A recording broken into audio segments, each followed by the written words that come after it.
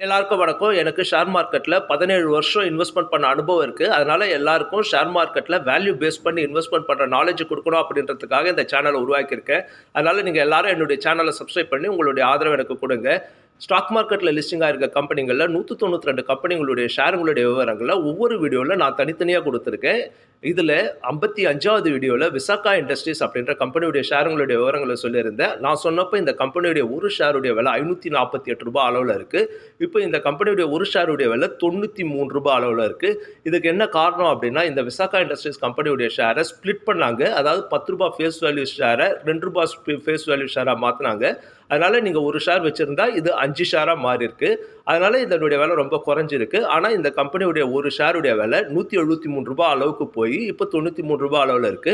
இப்போ இந்த கம்பெனியுடைய ஷேர்ஸ வாங்கலாம். ரூ. 100க்குள்ள ஒரு 100 ஷேர் வாங்குங்க. அதுக்கப்புறம் ஒவ்வொரு முறையும் 25% டவுன் ஆகுறப்போ 100 100ஆ வாங்கி ஆவரேஜ் பண்ணுங்க.